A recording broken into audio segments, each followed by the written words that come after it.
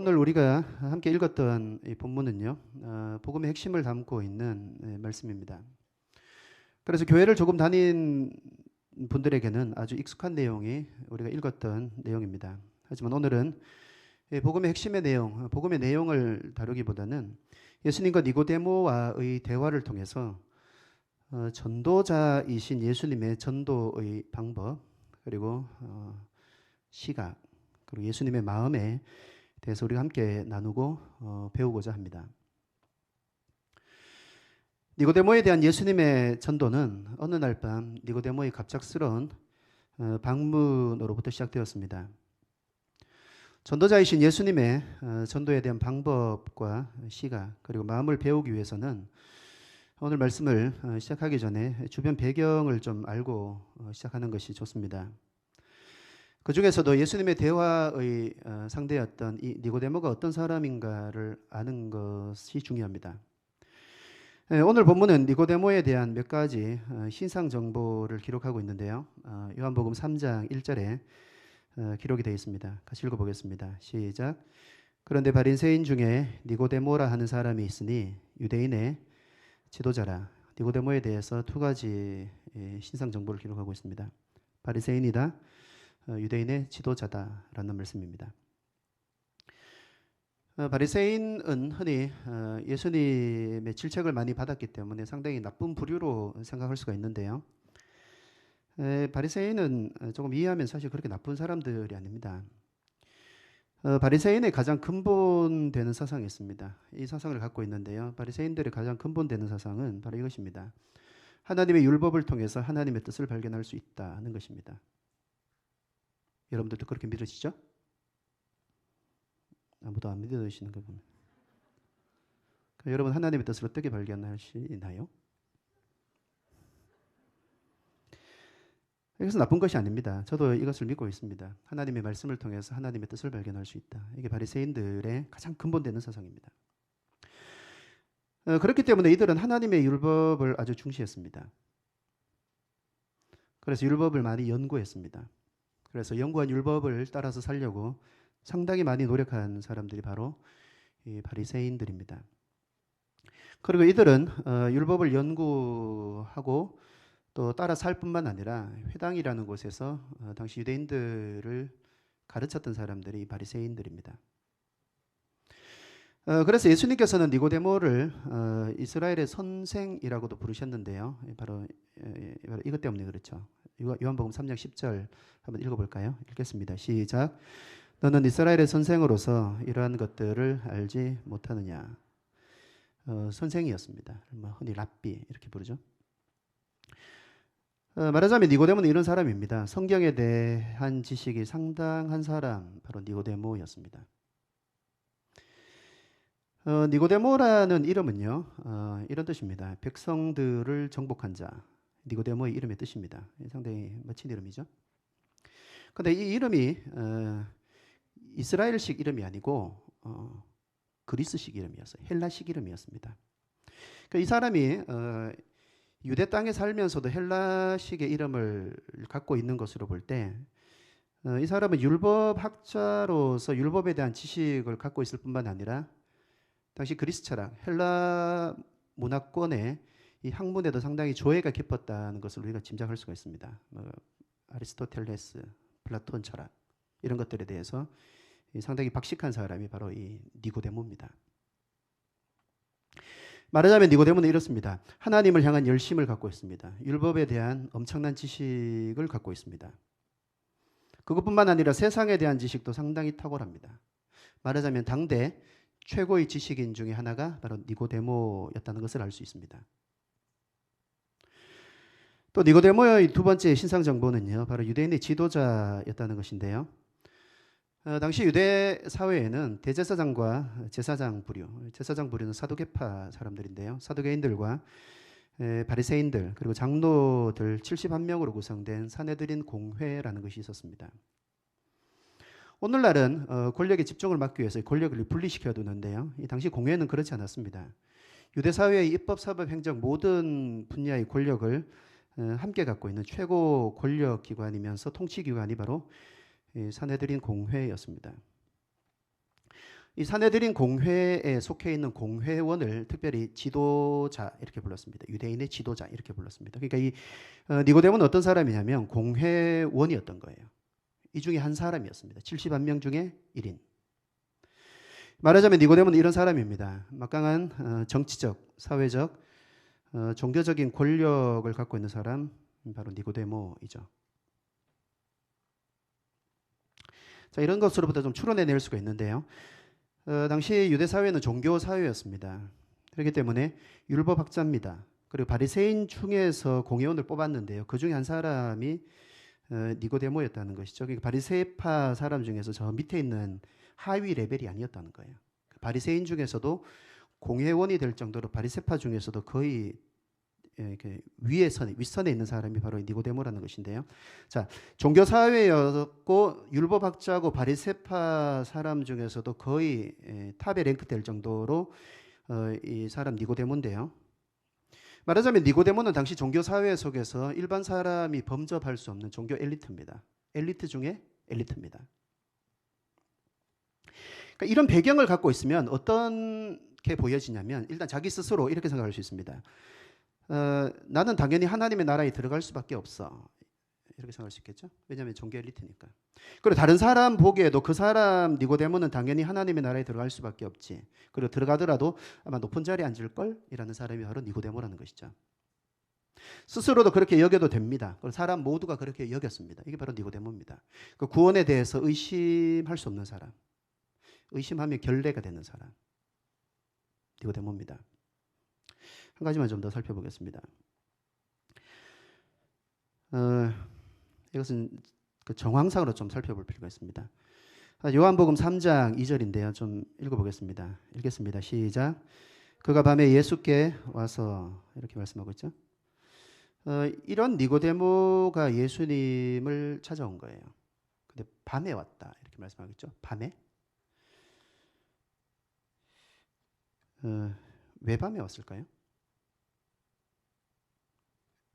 요즘에는 뭐 업무 때문에 바쁘면 밤에 갈 수 있지 이렇습니다. 근데 니고데모가 업무 때문에 바빠서 밤에 갔을까요? 예수님을 만날 계획이 있었는데 갑자기 일이 생겼어. 그래서 갑자기 처리하다 보니까 늦었어. 그래서 밤에 갈 수밖에 없었다. 이것일까요? 아닌 거 아시죠? 니고데모가 예수님을 찾아왔을 그 당시 유대 사회, 종교 사회의 분위기, 특히 이 종교 엘리트 사회 속에서의 분위기는요, 예수님은 그리스도가 아니에요.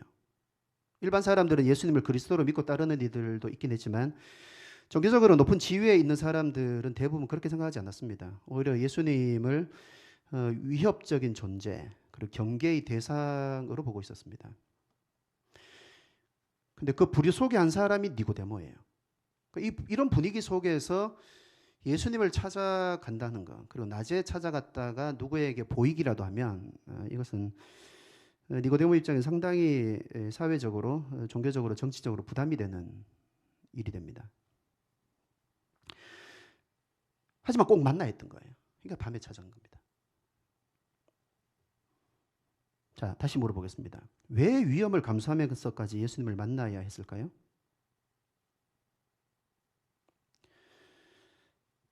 이것은 예수님과 이후의 대화를 통해서 좀 대략 짐작해 볼 수가 있습니다. 자, 요한복음 3장 2절과 3절입니다. 같이 읽어볼까요? 읽겠습니다. 시작.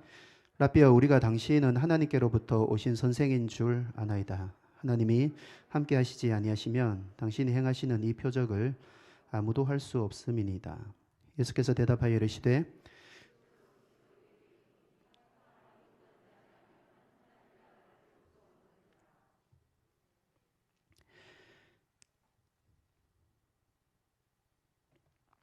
니고데모의 말은요, 일단 이것을 알게 해줍니다.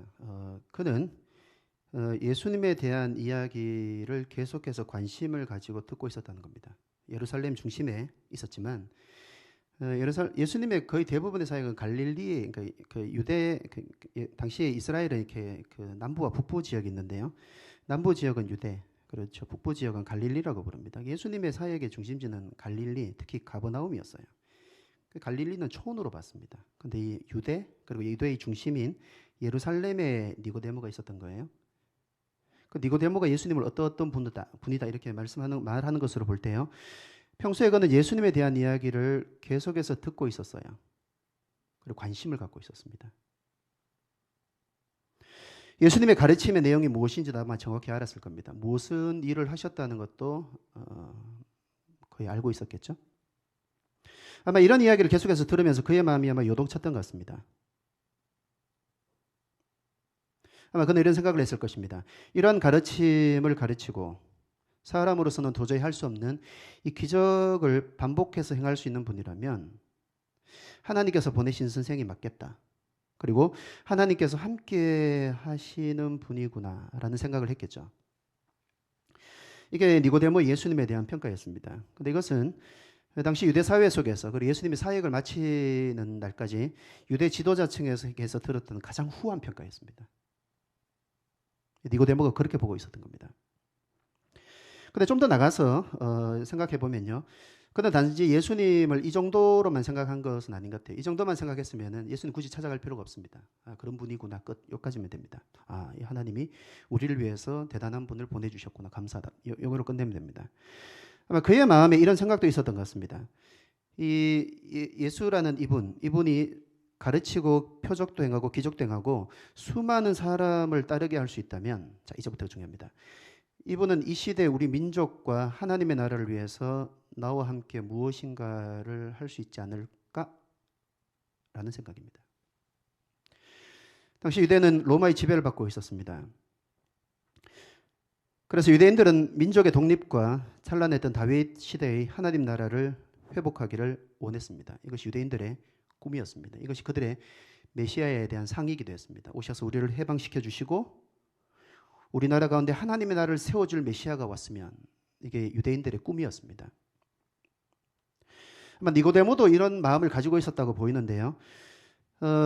예수님께서 니고데모의 말에 대해서 다른 말씀을 하지 않고 하나님의 나라라는 언급을 하셨는데요. 이것은 니고데모가 그런 마음을 갖고 예수님을 찾아왔다는 것을 예수님께서 간파하셨기 때문이라고 볼 수 있습니다. 니고데모가 무슨 말을 하려고 왔는지를 아셨던 것이죠. 말하자면 니고데모는 이런 사람입니다. 평소부터 민족과 하나님의 나라를 위한, 하나님을 위한 원대한 꿈과 계획을 갖고 있는 사람이 니고데모였습니다. 예수님에 대한 소문을 들으면서 예수님과 이 일을 함께 하기를 그의 마음속에 원했던 것이죠. 자, 정리하면 이렇습니다. 하나님의 율법에 통달한 바리새인입니다. 그리고 최고 권력을 가진 공회원이기도 합니다. 말할 것도 없이 구원을 받은 것으로 스스로 그리고 모두가 여기고 있는 사람이기도 했습니다. 민족과 하나님을 향한 원대한 꿈도 가지고 있습니다. 그리고 예수님에 대한 후한 평가도 가지고 있습니다.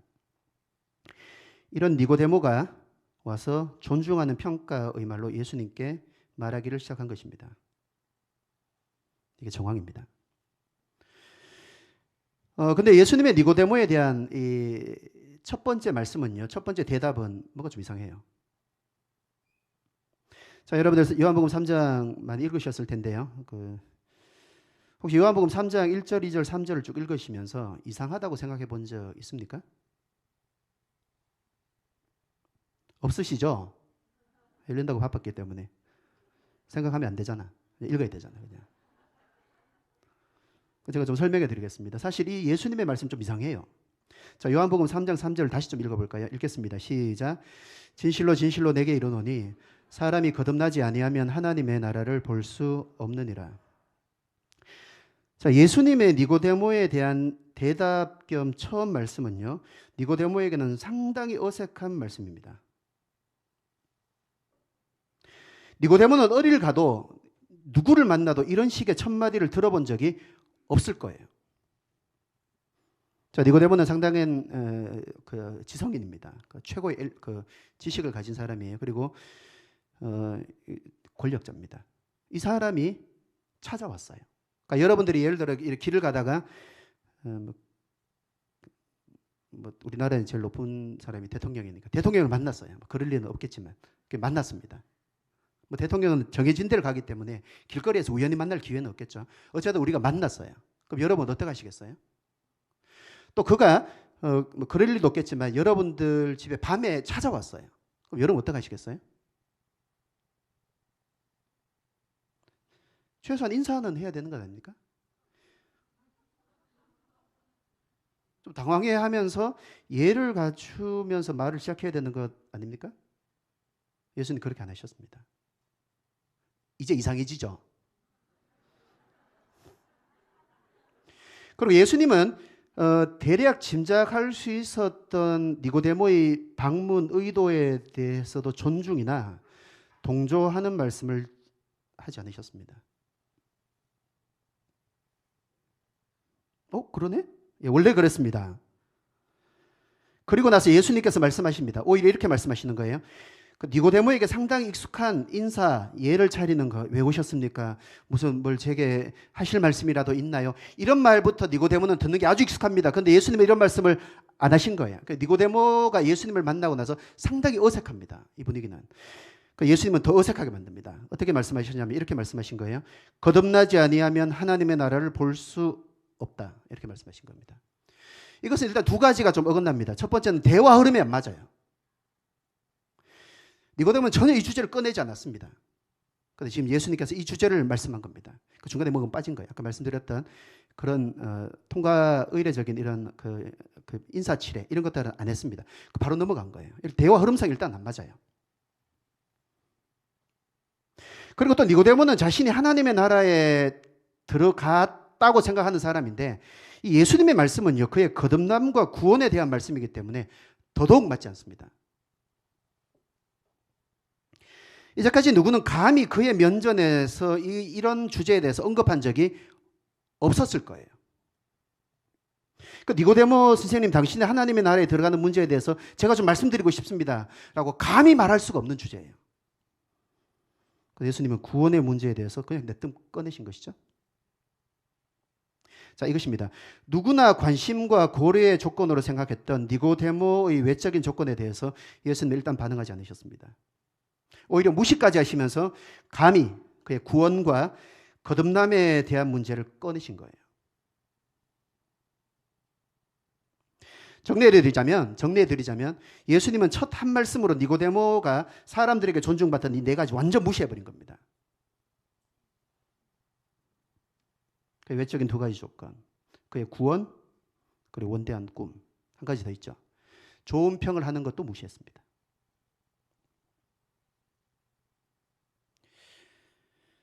자, 우리가 생각해 볼 것이 있습니다.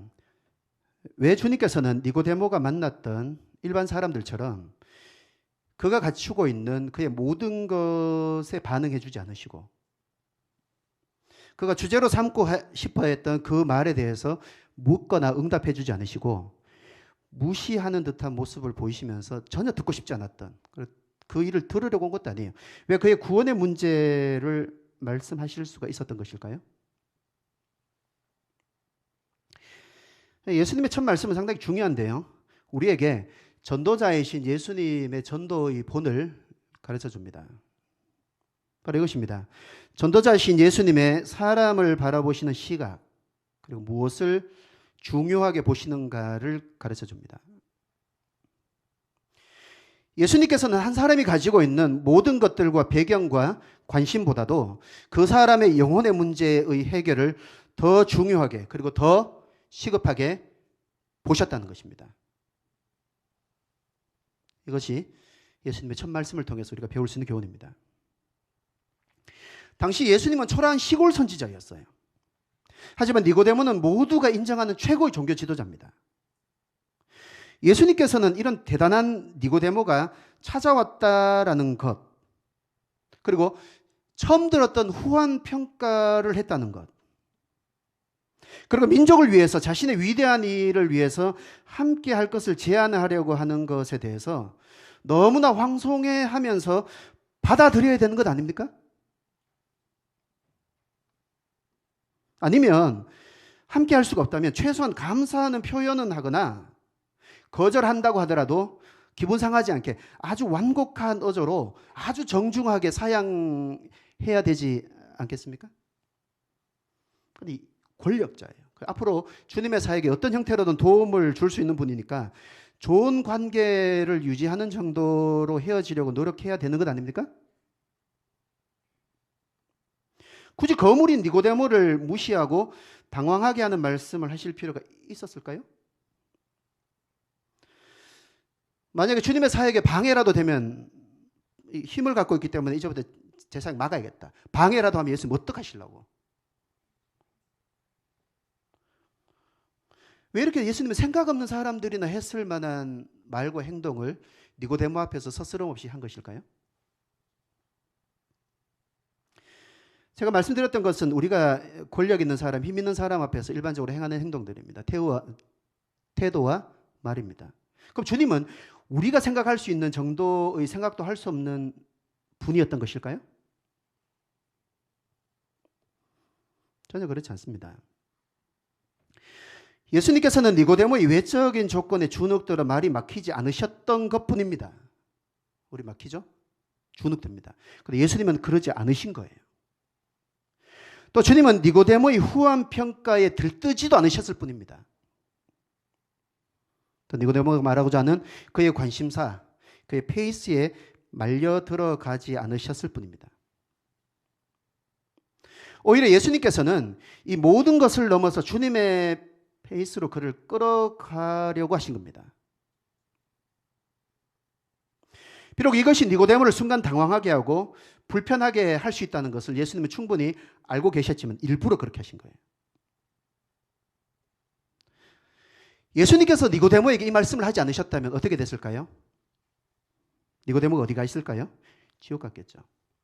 니고데모는 자신의 영적인 착각을 절대 깨뜨리지 않았을 겁니다. 그래서 그의 영혼의 문제와 구원의 문제에 직면할 일이 없었을 겁니다. 누구도 그렇게 할 수가 없습니다. 자기는 일단 안 하고 누가 하겠어요? 예수님이 하신 것이죠. 전도하려고 하는 우리도 전도자이신 예수님의 이 본을 배워야 합니다. 그 본은 무엇이냐면 사람을 바라보는 시각, 그리고 사람을 바라볼 때 무엇을 중요하게 생각하고 무엇이 시급한가를 바라보는 주님의 시각을 배워야 됩니다. 이런 주님의 시각을 배우시길 바랍니다. 아멘? 여러분들이 전도하고자 하는 사람이 누구든 간에 그의 외적인 조건에 주눅들어 아무 말 하지도 못하는, 또는 그의 관심사나 그의 페이스에만 말려들어서 그것에만 응하지 않는, 오히려 그에게 진정으로 필요한 영적인 문제를 해결해 줄 수 있는 우리가 가진 것, 그리고 우리가 전하고자 하는 것을 담대하게 전해주시는 여러분들이 되시길 바랍니다. 아멘? 주님께서는 어떻게 이렇게 하실 수 있었는가를 좀 이 말씀과 연결해서 좀 두 가지를 좀 생각해 보겠습니다. 왜 예수님은 니고데모를 보시면서 영적인 필요에 대해서 말씀하실 수 있었는가? 예수님의 이런 시각은 도대체 어디에서 기인한 것인가? 두 가지 좀 생각해 보겠습니다. 첫 번째는 바로 이것입니다. 영혼이 구원을 받지 못하면 멸망한다는 것은 예수님께 있어서 아주 실제적이었기 때문입니다. 무슨 말인가 생각하실 텐데요.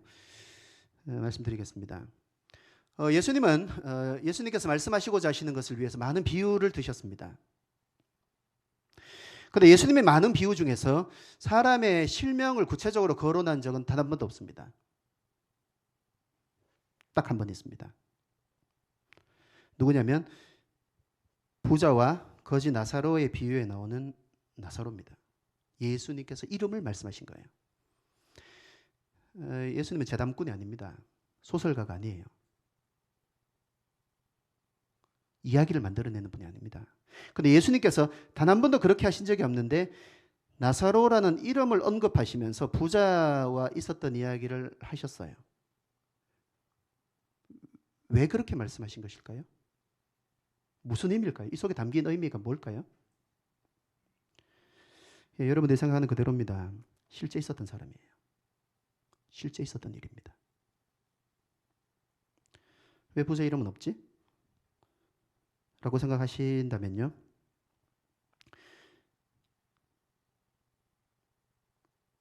성경에 나오지 않기 때문에 정확하게 알 수 없지만요. 이름을 거명하면 모든 사람들이 아는 정도의 부자였을 가능성이 높습니다. 말씀하지 않으신 거예요. 나사로는 아무도 모릅니다. 아무도 몰라요. 주님은 어떻게 보셨는가? 부자의 세상에서의 삶을 보셨습니다. 동시에 죽은 후에 음부에서 고통당하는 그의 삶도 보셨습니다. 동시에 보신 거예요. 나사로의 세상에서의 삶도 보셨습니다. 죽은 후에 아브라함의 품에 안겨있는 그의 모습도 보셨습니다. 주님에게 있어서는 이 세상의 삶과 죽은 후의 삶이 동시에 보이는 겁니다. 우린 죽은 후의 삶을 볼 수가 없어요. 저는 여러분들을 보고 여러분 저를 보고 있습니다. 우린 지금 옆에 있는 것밖에 볼 수가 없어요. 그런데 예수님 동시에 보신 겁니다. 여러분의 이해를 돕기 위해서 누가복음 20장 37절과 38절을 같이 한번 읽어보겠습니다. 읽겠습니다. 시작.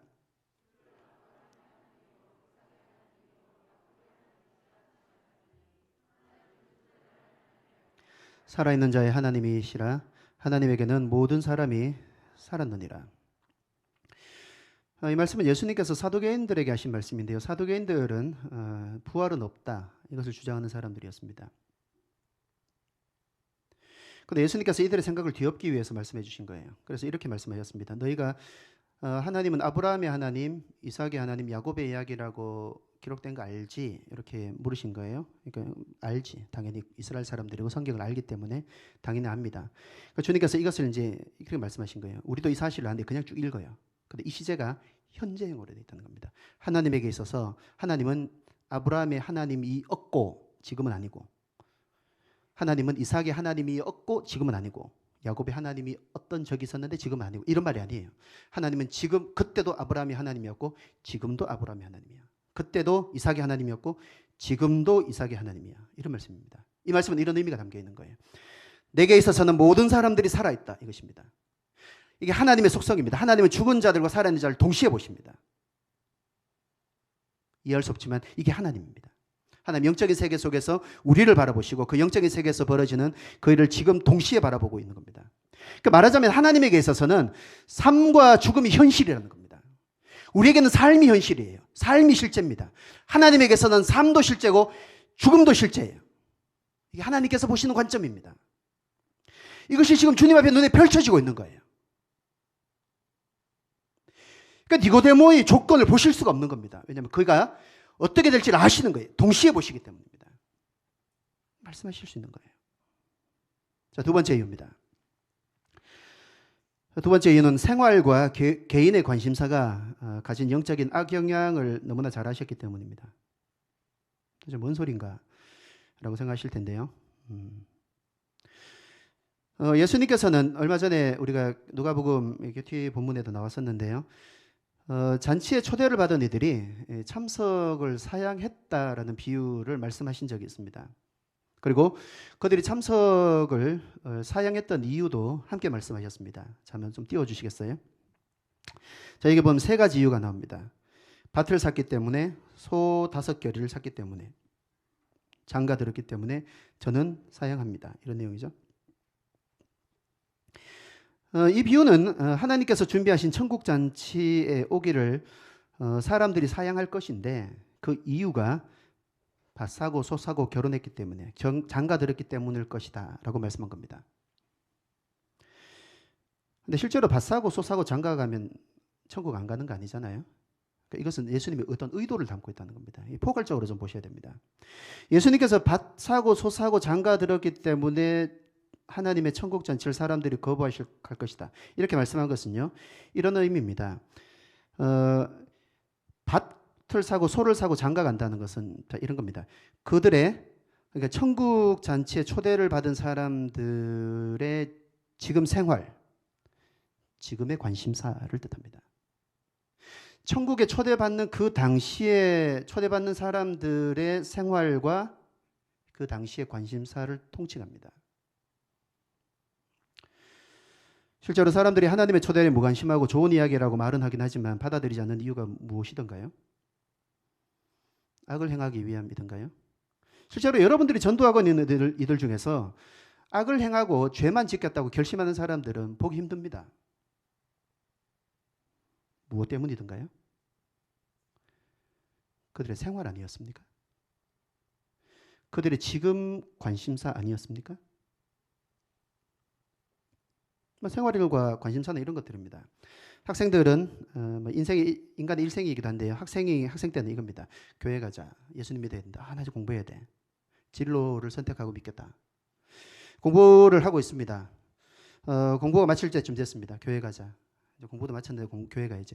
나 직장을 구해야 돼. 나 너무 바빠. 직장 구해야 되기 때문에. 그리고 직장을 구한 후 그쯤 되면은 이제 결혼할 사람을 찾고 만나는 일이 바쁩니다. 결혼했습니다. 야, 결혼했으니까 교회 가자. 다 끝났잖아. 야, 결혼 생활 해야 돼. 결혼 생활 너무 바빠. 그리고 직장에서 내 자리를 잡고 인정받아야 되는데 이것도 너무 바빠. 조금만 기다리죠. 아이를 낳았습니다. 아이가 태어나면 아이를 기르는 일을 위해서 바쁩니다. 가족과 함께하는 시간을 위해서 바쁩니다. 좀 시간이 지났습니다. 부모님이 연로해집니다. 부모님 대신 가정을 짊어져야 됩니다. 부모님을 돌봐야 됩니다. 바빠집니다. 그때쯤 되면은 직장에서 어떤 위치를 잡아야 될 때까지 바쁩니다. 주님의 초대를 반복적으로 거절합니다.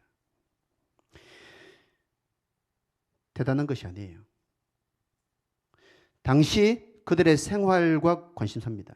공부, 대학, 진로, 직장, 결혼, 연봉, 승진, 주식, 부동산, 자산 증시, 아이 유치원, 학교, 학업, 부모, 건강. 근데 문제는 이거예요. 이런 생활과 개인의 관심사가 일상 속에서 늘 있다는 거예요. 늘 안 오는 거예요. 이것을 문제시할 수 없는 게 이겁니다. 죄가 아니에요. 일단 죄 짓지 말고 믿어야 된다. 이렇게 말할 수 있는데요. 일상이에요. 일상은 죄가 아닙니다. 죄라고 말할 수가 없어요. 나쁜 것도 아니에요. 그렇기 때문에 그 사람도 나쁘다고 말하지 않습니다. 생각지도 않아요. 그리고 전하는 우리도 이것을 문제로 보지 않습니다. 근데 사실은 살펴보면요. 그 사람이 어떤 나쁜 사람이기 때문이 아닙니다. 늘 이것이 주님께로 가지 못하도록 그들의 발목을 잡고 있기 때문입니다. 무엇이냐면 일상입니다. 그들의 관심사입니다. 지금 관심사입니다. 주님은 니고데모에게 이것을 보신 거예요. 그는 이미 사회적으로 많은 것을 이룬 사람이고 손에 쥐는 사람이었습니다. 그의 관심은 민족의 독립과 하나님의 나라를 세우는 것이었습니다. 일반 사람들이 범접할 수 없는 아주 위대한 생각을 갖고 있었습니다. 그의 머릿속에는 그거밖에 없었습니다. 주님 앞에서도 그는 이야기를 할 태세였습니다. 주님은 그의 생활과 관심사에 동조하지 않으셨습니다. 끌려가지 않으셨습니다. 그의 주제에 휘말리지도 않으셨습니다. 죄라고 할 수 없는 그의 일상의 생활과 그의 관심사 속에 도사리고 있는 바로 그것. 니고데모 자신에게 진정으로 중요하고 시급한 영혼과 구원의 문제에 직면하게 하지 못하는 그것을 주님께서 간파하신 겁니다. 대답하지 않는 거예요. 그래서 주님은 의도적으로 그가 말하려고 하는 것을 무시한 겁니다. 만약 예수님께서 니고데모의 관심사에 반응하고 그가 말하고자 하는 것에 응대하기를 시작했다면 어떤 양상이 벌어졌을까요? 그러셨군요. 어떻게 하셨어요? 그러셨군요. 이렇게 하면 어떨까요? 이런 식입니다. 그러다가 대화가 무르익고 깊어지겠죠. 시간이 밤에 왔으니까 시간이 깊어집니다. 새벽쯤 돼서 이제 오늘은 여기까지 합시다 하고 니고데모가 다음을 기약하고 떠났겠죠. 예수님께서 그 떠나가는 니고데모의 뒷모습을 보면서 무슨 생각을 하셨을까요? 왜 만났지? 라는 생각만 남겠죠. 아무것도 안 남습니다. 왜 만났지? 여러분, 이것이 우리가 전도를 하면서 저지르는 실수 아닙니까?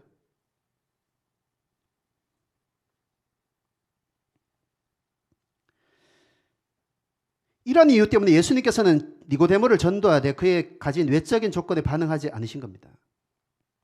그의 생활과 관심사에 끌려가지도 않으셨습니다. 니고데모가 지금까지 만났던 다른 사람들이 그에게 응대해 줬던 것처럼 예수님께서는 그렇게 응대해 주지 않으셨습니다.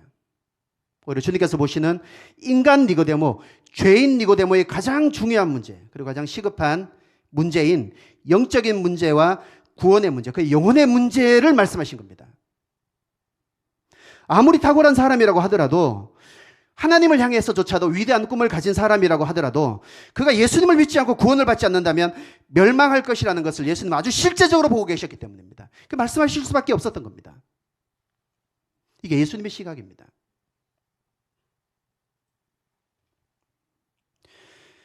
예수님을 믿는다고 해서 우리는 주님과 같이 죽음 이후의 세계를 현실을 보는 것처럼 볼 수는 없습니다. 굳이 보지 않아도 됩니다. 험한 꼴 볼 필요는 없잖아요. 근데 하나님의 말씀을 통해서 우리는 이 사실을 알고 또 믿고 있습니다. 히브리서 9장 27절입니다. 읽겠습니다. 시작. 한 번 죽는 것은 사람에게 정해진 것이요 그 후에는 심판이 있으리니. 이 말씀을 기억하시길 바랍니다. 아멘. 사람에게 죽음은 정해진 것입니다. 근데 사람은 여기까지 봅니다. 이게 현실입니다. 주님은 그 이유를 말씀합니다. 그 후에 심판이 있다. 세상적으로 아무리 대단하고 많은 것을 소유했다고 할지라도 하나님 앞에서는 단지 죄인이며 멸망으로 향해 가고 있는 불쌍한 영혼이라는 사실을 기억하시기를 바랍니다. 그들은 구원이 필요한 자일 뿐입니다. 그러다면 우리는 그들을 만날 때 무엇을 이야기해야 됩니까? 그들의 영혼의 문제가 우리의 대화의 주제가 되어야 하지 않겠습니까? 여러분들도 니고데모처럼 여러분을 찾아오는 많은 사람을 만나고 계실 겁니다. 주중에도 많은 사람을 만나셨을 거예요. 꼭 전도하기 위해서 누군가를 찾아가서 만나지 않는다고 하더라도 여러분 주변에는 예수님을 믿지 않는 사람을 여러분이 우연이나 어떤 형태로든 만나게 되었습니다. 누군가 이야기하기도 합니다. 함께 식사를 하기도 합니다. 여행을 가기도 하셨을 거예요. 회사에서 함께 일을 하기도 하셨을 겁니다. 그들과의 대화의 주제가 무엇이었습니까? 주님께로 가지 못하게 하는, 그리고 하나님의 초대를 거절하게 하는 그들의 일상과 관심사가 여러분의 주제가 아니었습니까? 직장 이야기, 주식 이야기, 부동산 이야기, 아파트 이야기, 아이 교육 이야기, 연봉 이야기, 건강 이야기, 다이어트 이야기, 이야기만 하지 않으셨습니까? 물론 이것은 나쁜 게 아니에요. 우리도 그의 일상을 들어줄 수 있습니다. 그의 관심사에 관심을 가져줄 수가 있어요. 하지만 늘 그 이야기만 들어주고 늘 그들의 관심사에만 관심을 보여주는 것은 이건 아니라는 겁니다.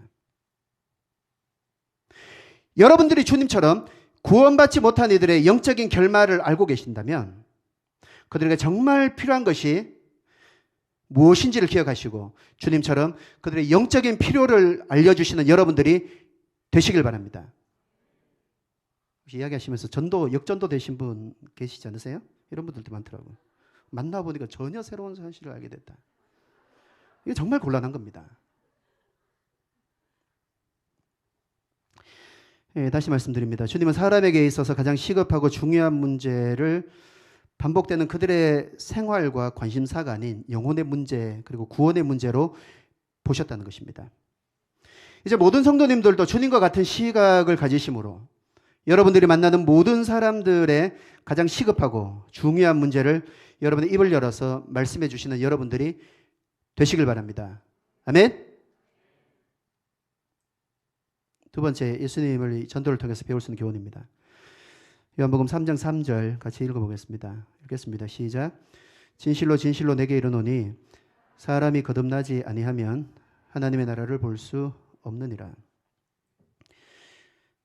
니고데모의 말에 대해서 예수님께서는 사람이 거듭나지 아니하면 하나님의 나라를 볼 수 없다라고 말씀하셨습니다. 이 말을 들었던 니고데모의 기분이 어떠했을까요? 우리가 지금 요한복음 3장 말씀 너무나 익숙한 말씀이고요. 너무나 잘 아는 말씀입니다. 여러분 요한복음 3장 1절 읽고 2절 읽고 니고데모가 찾아왔다. 이런 사람이구나. 주님을 높게 평가했구나. 근데 예수님께서 하나님의 나라에 들어갈 수 없다. 거듭나지 않으면 이라고 말씀하셨구나. 혹시 니고데모가 어떤 느낌을 가졌을까를 한번 생각하고 읽어본 적이 있으세요? 없으셨죠? 왜냐하면 읽어야 되니까. 진도 채워야 되니까.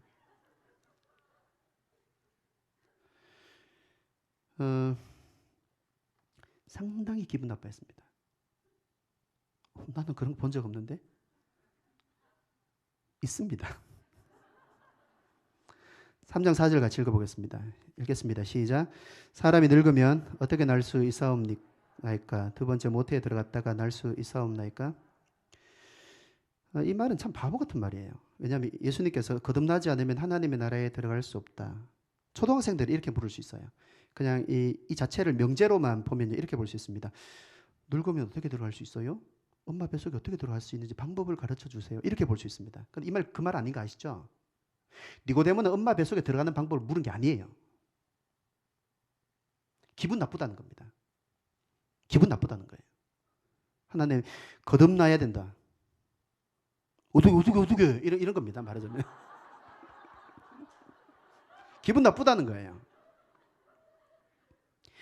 말씀드렸던 것처럼 니고데모는 어리석은 사람이 아니에요.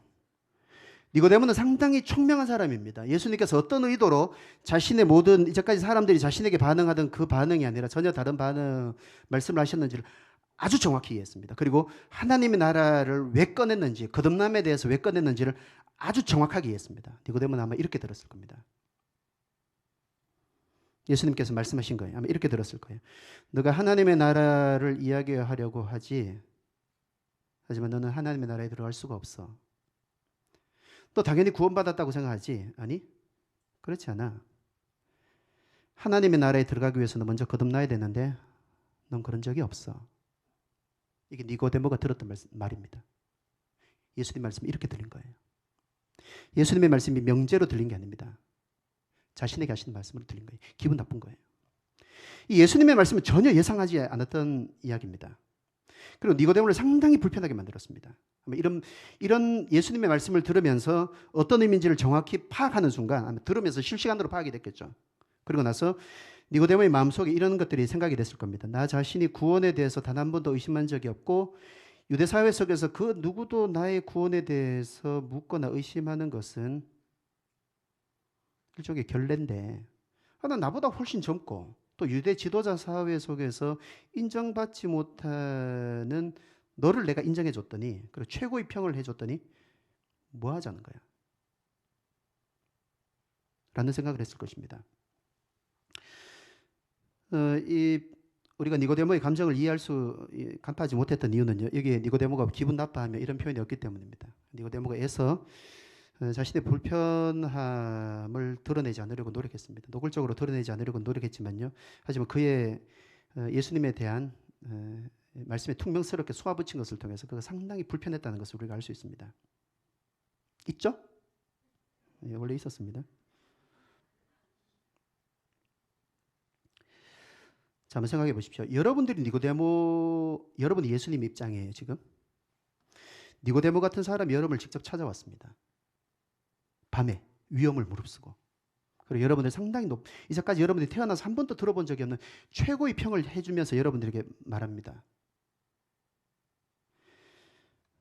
여러분 어떻게 반응했을 것 같아요? 그럴 일이 없기 때문에 잘 모르겠다. 예, 알고 있습니다. 그럴 일이 없기 때문에 알고 있습니다. 하지만 어떻게 반응하는 것이 적절할 것인지는 생각할 수 있습니다. 아마 저를 찾아오면 저는 이렇게 반응할 것 같습니다. 일단 손을 딱 모으고, 쉽지 않은 걸음을 하셨는데 참 감사합니다. 여러분들도 이렇게 하시지 않으세요? 지금까지 아무도 저를 그렇게 보지 않았는데 니고데모 선생님께서 그렇게 말씀해 주시니 참으로 송구하기도 하고 제 마음이 너무나 기쁩니다. 니고데모 선생님은 민족을 위해서, 하나님을 위해서 위대한 계획을 갖고 계신 것 같은데 제가 작은 힘이나마 보태드리고 싶습니다. 제가 할 수만 있다면 뭔가를 해드리고 싶습니다. 이런 덕담이 오가는 훈훈한 분위기의 대화가 이어져야 되는 거 아닙니까? 니고데모는 이게 사실 익숙한 사람이에요. 니고데모도 이런 전개를 기대하고 오지 않았겠습니까? 하지만 예수님이 이렇게 하지 않았습니다. 전혀 그렇게 하지 않았습니다. 예수님 아주 탁월한 은사인데요, 한마디로 니고데모를 완전 기분 잡치게 만들었어요. 아주 기분 나쁘게 만들었습니다. 완전 기분 나쁘게 만들었습니다. 한마디, 두 마디도 아니 한마디. 그리고 예수님의 이 한마디 말씀은요, 니고데모의 관계가 암흑 속에 빠지게 만들었습니다. 관계의 어려움을 초래하는 지경에 치닫게 했습니다.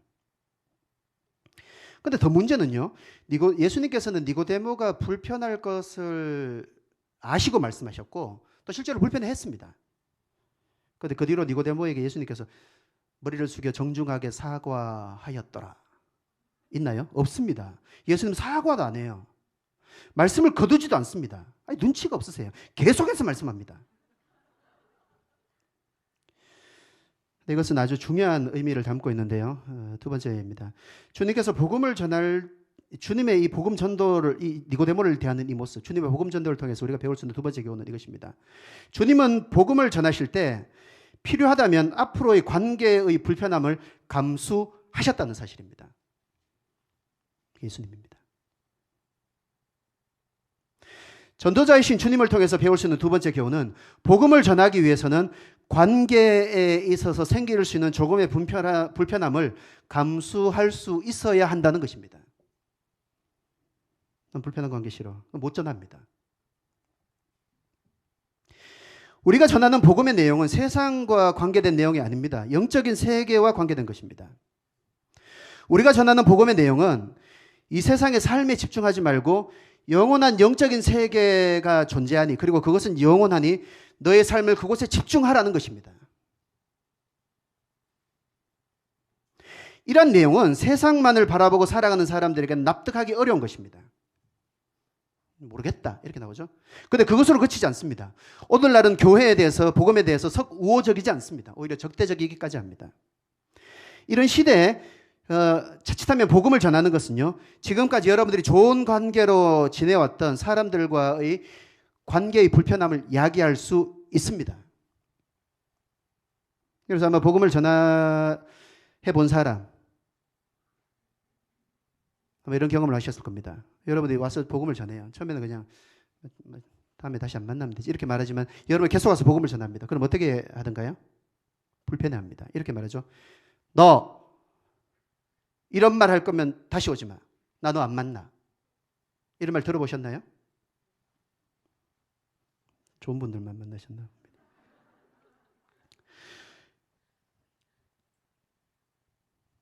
하지만 복음이 아니면 예수님을 전할 방법도, 구원을 전할 수 있는 방법도 없기 때문에 반드시 전해야 됩니다. 싫어해요. 근데 전해야 돼. 그럼 어떻게 해야 되는 것이죠? 전하는 우리가 어떤 마음을 가져야 되는 것이죠? 바로 주님의 본을 배우는 것입니다. 복음을 전함에 있어서는 관계에 있어서 오해와 불편을 겪더라도 나는 전하겠다 라는 마음으로 결심하지 않으면 복음을 전할 수 없습니다. 복음을 전함에 있어서 전도자이신 주님의 본을 따라서 관계의 불편함을 감수하시는 여러분들이 되시길 바랍니다. 불편한 기색을 보이면 급격하게 위축되지 마시고 계속해서 전해주시는 여러분들이 되시길 바랍니다. 주님은 복음서에서 복음을 전하고 복음을 받아들이게 되면 가정 가운데, 너희들의 기존 관계 가운데 불화가 생겨날 것이라고 말씀해 주셨습니다.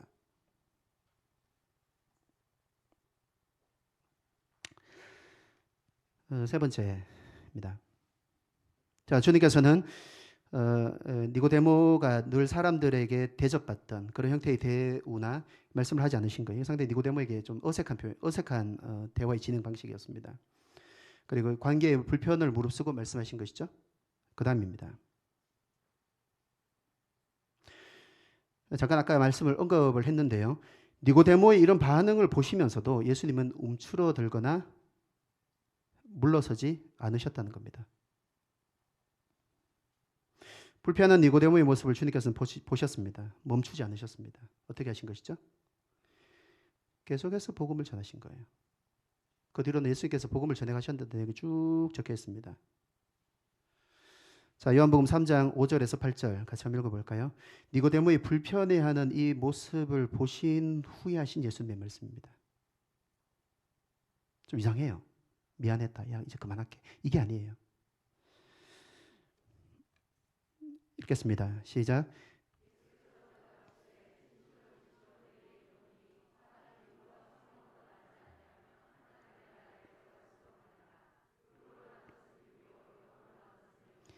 내가 내게 거듭나야 하겠다 하는 말을 놀랍게 여기지 말라. 바람이 임의로 불매 내가 그 소리는 들어도 어디서 와서 어디로 가는지 알지 못하나니 성령으로 난 사람도 다 그러하니라. 예수님의 모든 말씀은 진리입니다. 그런데 예수님께서 사실은 쓰지 않으셔야 되는 표현을 니고데모와의 대화 속에서 3번 반복했습니다. 그 표현이 무엇이냐면 진실로, 진실로라는 표현입니다. 그 전에 진실로, 진실로 말씀하셨어요. 여기 또 말씀하십니다. 그 뒤에 가면 또 나와요. 보통 진실로, 진실로 이 말은요, 이런 말입니다. 내가 진짜야, 진짜 이런 의미인데요. 여러분들이 사람들에게 늘 믿을 만한 사람이었으면은 그 사람은 그러하다면은 야 정말 내 말 믿어줘 이 말을 쓸 필요가 없어요. 그 사실은 정말 내 말 믿어줘 이건 늘 거짓말하는 사람이 쓰는 단어입니다. 뭐 꼭 그런 건 아니지만요. 그 예수님께서 이것을 3번 쓰셨다는 거예요. 3번. 왜 이렇게 하신 것일까요? 이 내용은요, 예수님께서 진실로라는 말씀을 하시면서 이렇게 니고데모에게 전하셨다는 것은 이런 의미가 있습니다. 니고데모의 반응에 멈추거나 움츠러드시지 않으셨다는 것이죠. 더 다가서시고 계속해서 말씀하시려는 의도와 실제로 그렇게 한 것입니다. 예수님은 사람의 감정을 잘 아십니다. 관계가 이미 불편해졌어요. 니고데모가 불편해하는 것을 아십니다. 그리고 한마디만 더 하면은 더 불편해질 것도 아셨습니다. 그런데도 계속해서 말씀하신 거예요.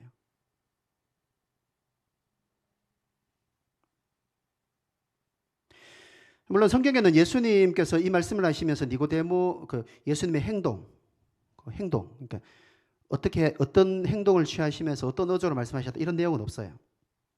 하지만 우리는 지금 제가 정황을 쭉 말씀을 드렸잖아요. 이 정황 속에서 예수님께서 주춤하지도 않으시고 계속해서 말씀하시고자 하시는 것을 말씀하셨는데 어떻게 말씀하셨을까는 우리가 충분히 짐작할 수 있습니다. 여러분들도 예를 들어서 말했는데 기분 나빠해요. 근데 꼭 전해줘야 되는 말입니다. 그럼 여러분 어떻게 말합니까? 팔짱 이렇게 끄고 네가 하든 말든 마음대로 이렇게 말씀하시나요? 그런 분들도 좀 있긴 하더라. 근데 그렇게 일반적으로 말하지 않습니다. 걔가 꼭 들어야 되면. 아니면 뒤로 어깨를 확 젖히면서 이렇게 내려다보듯이 이렇게 말씀하시겠어요? 그렇게 말하는 사람은 없어요. 정말 들어야 되는 말씀이고 꼭 해야 되는 말씀이라면 이렇게 말하겠죠. 아마 성경에 나오지 않지만 제가 이 말씀을 준비하면서 생각을 해봤습니다. 예수님과 니고데모가 좀 가까운 거리였으면은 예수님께서 이렇게 하셨을 겁니다. 니고데모에게 몸을 기울이시면서 이렇게 기울이시면서 말씀하셨겠죠? 저도 중요한 이야기인데 얘가 못 알아들어. 그럼 몸을 기울이고 가까이 가서 이야기합니다. 두 번째는 좀 약간 떨어져 있어요. 그럼 예수님께서 어떻게 하셨을까요? 가까이 다가가셔서 말씀하셨겠죠? 어떻게 말씀합니까? 여러분 같으면 어떻게 말해요? 니고데모의 눈을 보시면서 힘주어 또박또박 말씀하지 않으셨을까요? 불편해합니다. 한마디만 더 하면 사달랍니다. 그러니까 다가가신 거예요. 그리고 니고데모의 눈을 보시는 거예요. 그리고 니고데모 선생님, 제가 정말 진리를 말씀드릴게요. 제가 정말 진리를 말씀드릴게요. 예수님의 모든 말씀은 진리입니다. 불필요한 단어를 쓰실 필요가 없어요. 이것은 예수님의 진위가 의심되는 말입니다. 그런데 주님은 이 불필요해 보이는 이 두 단어를 쓰셨는데요. 이것은 주님의 니고데모를 향한 진심과 진정성을 담고 그가 그것을 느끼게 하려는 의도였다고 할 수 있습니다. 이제까지는 거짓말이었고 이제부터는 진짜예요. 이게 아니고 진정성을 담아서 그가 그 진정성과 진실성을 알게 해주려는 의도라고 할 수 있습니다. 이런 예수님의 모습은 우리에게 무엇을 보여주는 것이죠? 예수님의 니고데모에게 하신 말씀은 괜한 말씀이 아니었다는 겁니다. 그를 불편하게 하기 위해서 하신 말씀이 전혀 아니었다는 거예요. 실수로 잘못하신 말씀은 더더욱 아닙니다. 주님께서는 말씀을 계속해서 이어나가십니다. 그리고 어떻게 하면 구원을 받게 되는가에 대한 말씀을 해주셨습니다. 이 말씀은 니고데모가 오해하고 있던 구원을 얻는 방법에 대해서 교정하시는 말씀이었습니다. 그리고 성경에 통달한 그였지만 그가 전혀 들어보지 못한 방식, 하나님의 구원의 방식을 말씀해 주신 거예요. 아마 니고데모는 구원은 혈통으로나 또는 종교적인 지식과 열심으로 받는 것이라고 생각했던 것 같습니다. 유대 사회 속에서 태어나고 자랐고 하나님을 향한 열심을 가지고 있었기 때문에 그는 구원을 받지 않았다는 것은 전혀 상상할 수가 없었고 상상해 본 적도 없습니다. 그런데 주님께서 그가 전혀 들어보지 못했던 구원의 방식을 그에게 말씀해 준 겁니다. 주님께서 이렇게 말씀하셨습니다. 물과 성령으로 거듭나야 된다.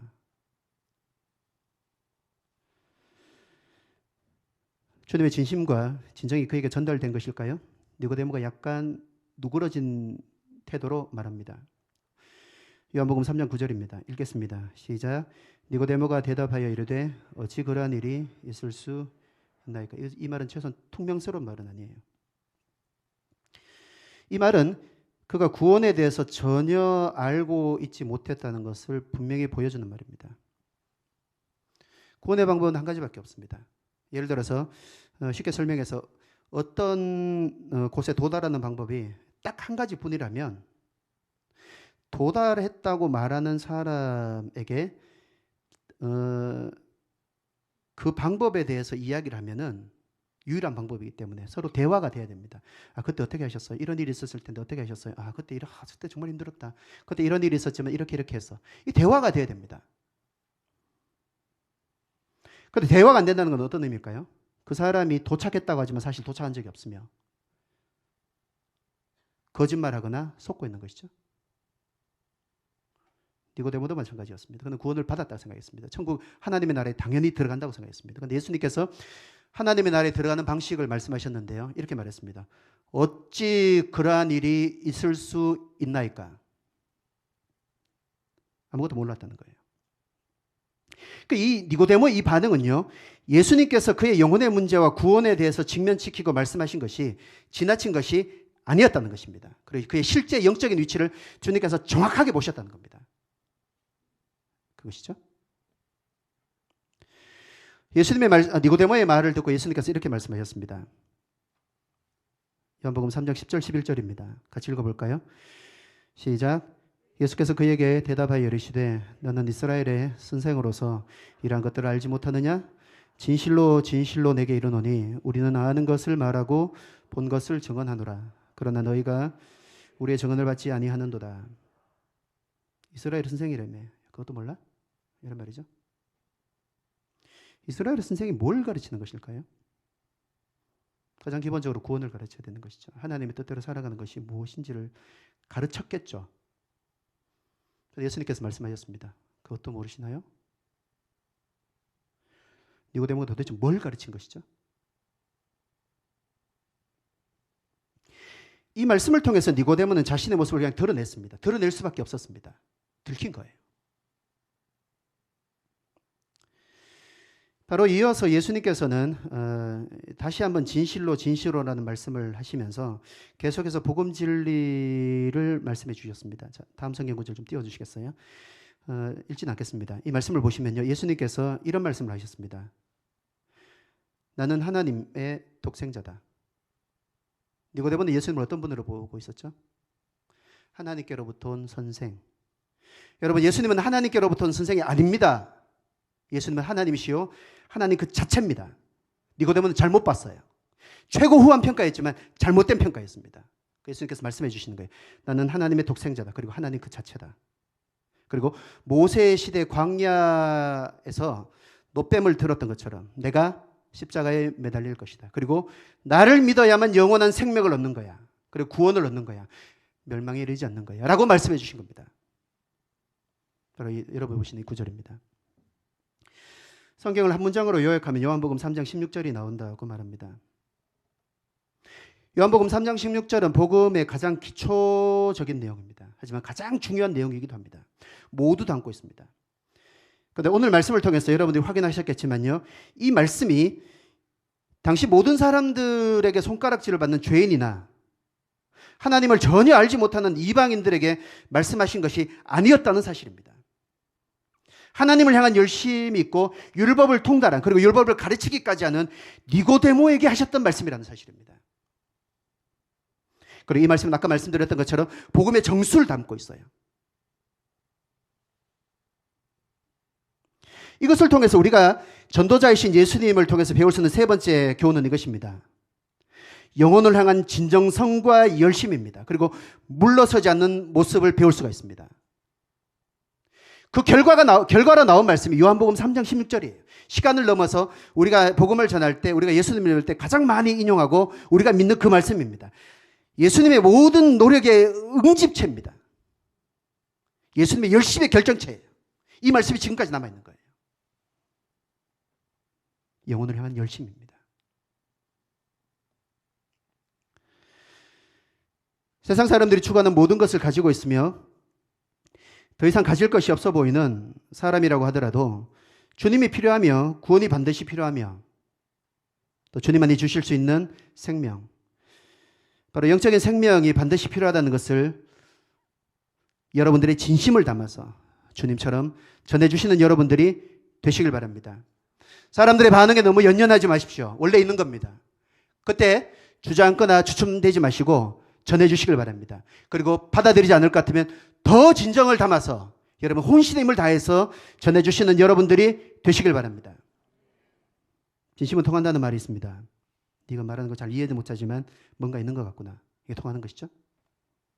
오늘 저녁에는 예수님의 진심을 받아들였던 니고데모의 변화에 대해서 우리가 좀 함께 나누려고 합니다.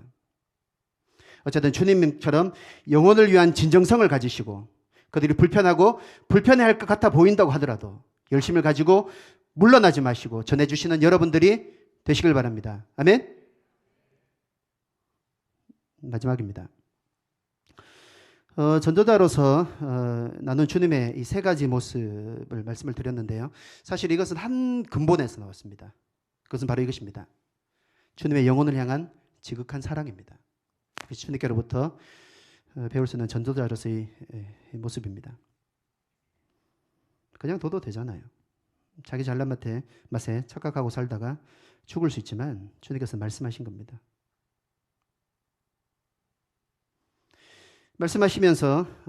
말씀하시면 상대방의 얼굴이 울그락불그락하고 숨소리도 거칠어지고 어조가 격해지는 것을 감수하시면서도 주님께서 말씀하신 거예요. 니고데모가 할아버지였기 때문에 망정이지 젊었으면 덤벼들 수 있습니다. 그런데 주님은 오히려 이것을 감수하시면서도 말씀해 주셨다는 겁니다. 이 모든 것은 주님의 영혼을 바라보시는 사랑, 나도 멸망할 수밖에 없는 사랑, 그 사랑에서 기인한 것이라는 것을 기억하시고 주님의 영혼을 사랑하시는 이 마음을 여러분들도 본받으시길 바랍니다. 말씀을 마무리하겠습니다. 오늘은 우리에게 너무나 익숙한 구절인데요. 예수님과 니고데모와의 대화를 통해서 예수님의 전도에 대해서 몇 가지 살펴봤습니다. 전도자이신 주님께서는 영적인 필요를 가장 중요하게 여기시고 또 가장 시급하게 여기셨다라는 이 사실을 기억하시길 바랍니다. 사람을 만나실 때 그들의 조건과 그들의 일상과 관심사에만 여러분이 관심을 두지 마시고 그것이 여러분들의 대화의 주제가 되지 마시고 그들의 영혼의 문제를 주님처럼 바라보시고 그들의 영혼의 문제에 대해서 언급하시고 다루시는 여러분들이 되시길 바랍니다. 여러분들이 영적인 이야기를 하고 주님에 대한 이야기를 하면 그들과의 관계가 불편해질 수 있습니다. 하지만 주님께서는 이것을 아시면서도 그 영적인 필요를 일깨우기 위해서 그를 직면시키셨다는 겁니다. 주님은 관계의 불편함을 두려워하지 않으셨습니다. 여러분이 꼭 전해야 되는 사람이라면 관계의 불편함을 무릅쓰시길 바랍니다. 이것을 염두에 두시고 처음부터 시작하시길 바랍니다. 이것은 통과 의라는 것을 기억하시고 불편해지더라도 두려워하지 말고 주님처럼 전해주시는 여러분들이 되시길 바랍니다. 주님은 불편해하는 니고데모의 모습을 보시면서 주님의 말씀을 시작했던 그 복음 말씀을 철회하지 않으셨습니다. 더 깊은 내용을 전해주신 거예요. 2000년이 지나서도 오늘 우리에게 가장 핵심이 되는 복음의 말씀을 니고데모에게 혼신의 힘을 다해서 전해주셨다는 겁니다. 여러분들도 이렇게 하십시오. 물러서지 마시고 여러분의 진정성을 담아서 전해주시길 바랍니다. 여러분의 모든 지혜를 담아서 전해주시길 바랍니다. 물러서지 마시고 여러분의 힘을 다해서 여러분의 마음을 담아서 전해주시는 여러분들이 되시길 바랍니다. 마지막으로 주님처럼 영혼을 향한 절절한 사랑을 가지시고 주님의 마음으로 여러분들에게 맡겨진 그리고 여러분 주변에 있는 예수님 믿지 않고 멸망으로 가는 영혼들에게 주님의 복음을 전해주시는 여러분들이 되시길 바랍니다. 복음은 특정한 날에 전할 필요는 없습니다. 니고데모처럼 여러분이 찾아오는 또는 여러분이 쉽게 찾아갈 수 있는 또는 어디서나 만날 수 있고 늘 여러분들과 함께하는 그 모든 사람들에게 전해줄 수 있습니다.